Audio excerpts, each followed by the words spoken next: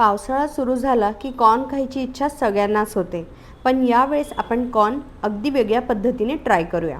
चला तर मग व्हिडिओला सुरुवात करूया. इथे मी 2 कणीस घेतले आहेत आणि एका कणसाचे 3 ते 4 तुकडे असे आपण करून घ्यायचे. त्यानंतर कढईमध्ये पाणी घालूया आणि हे कणीस घालून आपण बॉईल करून घेऊया.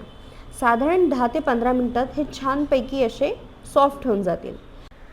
जर तुम्हाला पाहिजे असेल तर ही सेम प्रोसेस तुम्ही कुकरमध्ये देखील करू शकता. कुकरमध्ये आपण कॉर्न घालून 2 शिट्ट्या मारून घ्या आणि कॉर्न परफेक्ट होऊन जाईल. आता याला आपण वेगळं काढून ठेवूया आणि मसाल्याची तयार करूया.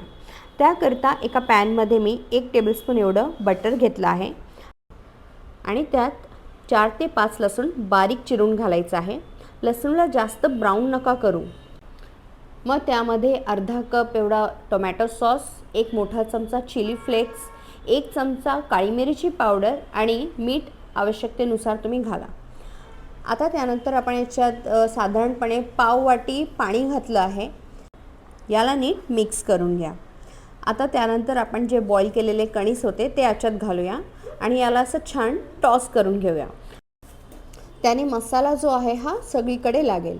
यानंतर मी याच्यात बारीक चिरलेली थोडीशी कोथिंबीर वरून घालणार आहे आणि त्यानंतर आपण वरून याच्यात लिंबू घालूया आणि बस. जास्त काही कॉम्प्लिकेट रेसिपी नाही आहे, अगदी सोपी आहे. तुम्ही घरी अगदी आरामात बनवू शकता. आता तुम्ही बघू शकता सगळीकडे मसाला मस्तपैकी लागला आहे आणि हा कणीस खरंच खायला खूप भारी लागतो. तर घरी एकदा नक्की ही रेसिपी ट्राय करा आणि व्हिडिओ आवडला असेल तर लाईक आणि सबस्क्राईब नक्की करा.